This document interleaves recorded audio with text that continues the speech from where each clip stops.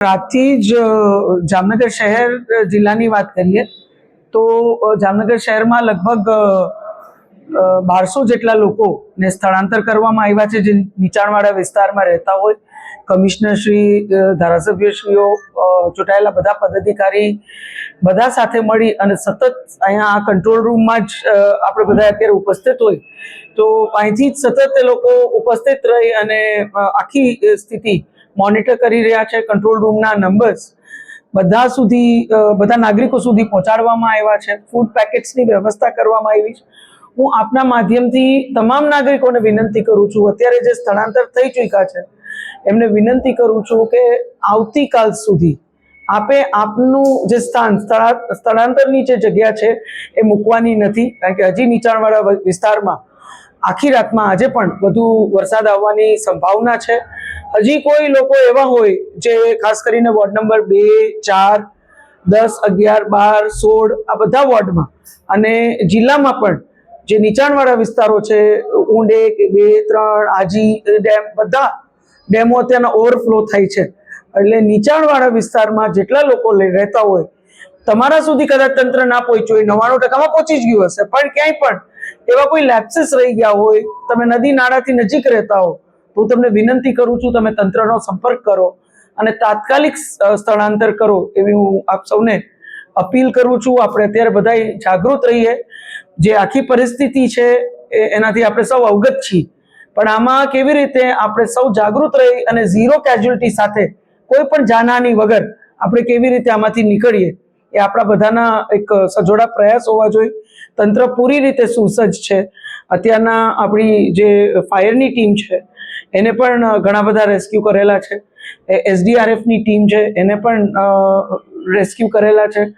ત્યારે હું આપને વિનંતી, અમે એરફોર્સને પણ અત્યારના રિક્વેસ્ટ કરી છે 2-3 ચોપર રેસ્ક્યુ માટે, તો એ પણ અત્યારના ચાલુ છે. ચોપરે રેસ્ક્યુ જે 2-3 સ્થળો આપણે આપ્યા છે એમાં હમણાં ટૂંક સમયમાં ત્યાં પહોંચી અને રેસ્ક્યુ થશે. પણ હું છતાંય આપ સૌને વિનંતી કરું છું, કંટ્રોલ રૂમના નંબર આપની પાસે છે. ફૂડ પેકેટ્સની જરૂરિયાત હોય તો એ પણ નંબર્સ આપની પાસે છે. હું વિનંતી કરું છું કે આપણે તંત્ર પૂરી રીતે સુસજ્જ છે, પણ આપણે પણ જાગૃત રહીએ અને સુરક્ષિત રહીએ. આપણી સુરક્ષા આપણા જ હાથમાં છે. વહેલી આપણે પૂર્વ તૈયારી કરી લેશું તો કોઈ પણ જાતનું રિસ્ક આપણે અથવા આપણા પરિવારને નહીં રહે એવી હું અપીલ કરું છું. ઘણા બધા જે સ્વયંસેવકો છે, વોલેન્ટિયર સ્વિમર્સ, એ પણ વોલેન્ટરીલી હમણાં જ મને કમિશનર સાહેબે કીધું, મેયરશ્રી, ચેરમેનશ્રી, ધારાસભ્યશ્રી બધાએ વાત કરી, એ લોકોએ વોલેન્ટરીલી સિટીમાં એવા વિસ્તારો જ્યાં કદાચ બોટ કે કંઈ ના મોકલી શકીએ આપણે, ત્યાં એ સ્વિમર્સે પણ ફાયરની ટીમ સાથે રેસ્ક્યુમાં વોલેન્ટરીલી મદદ કરવા ની પણ જે એક જાહેરાત કરી છે એમને પણ હું અભિનંદન આપું છું. એ લોકો રેસ્ક્યુ ઓપરેશનમાં જોડાયા છે. ત્યારે વધુ ને વધુ આવા જાગૃત નાગરિકો ક્યાંક આખી એક્સરસાઇઝમાં જોડાય એવી પણ હું આપ સૌને અપીલ કરું છું. હું અત્યારે લોકોને વગર કારણે ટ્રાવેલ ના કરવાની વિનંતી કરું છું. અત્યારે જ્યાં જે છે તે બધા એક સ્થળ ઉપર રહે. આવતીકાલ સાંજ સુધી આપણે કોઈ વગર એમરજન્સીએ ટ્રાવેલ કરવાનું ટાળીએ એવી હું વિનંતી કરું છું. તંત્ર એની રીતે વૈકલ્પિક રસ્તાઓ ઊભા કરવાની કોશિશ કરે જ છે. માનનીય મુખ્યમંત્રી શ્રી અને કેન્દ્રમાંથી પણ સતત માનનીય પ્રધાનમંત્રી શ્રી, માનનીય ગૃહમંત્રી શ્રીની નિગરાની હેઠળ આખા ગુજરાતમાં અને ખાસ કરી અને જામનગર અને દ્વારકા જિલ્લામાં પણ સતત ઇવેક્યુએશન અને રેસ્ક્યુ આખું ઓપરેશન ચાલી જ રહ્યું છે. વધારાની આપણને આર્મીની ટીમ પણ આપણે માંગી છે.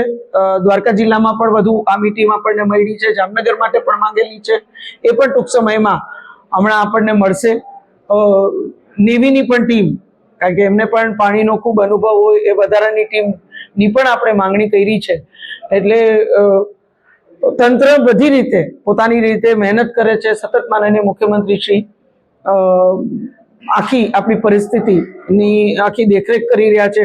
ત્યારે હું આપ સૌને વિનંતી કરું છું, આપણે બધાએ જાગૃત રહીએ, તંત્ર સાથે અત્યારે કોઓપરેટ કરીએ અને તમારે કોઈ પણ જરૂરિયાત હોય તો જે નંબર્સ તમારી પાસે એમરજન્સી નંબર્સ છે, કંટ્રોલ રૂમના હોય ફૂડ પેકેટ્સ માટે ન હોય એનો તાત્કાલિક સંપર્ક કરો. તમારા સ્થાનિક કોઈ આગેવાન ચૂંટાયેલા પ્રતિનિધિઓનો તાત્કાલિક સંપર્ક કરો એવી હું આપ સૌને અપીલ કરું છું.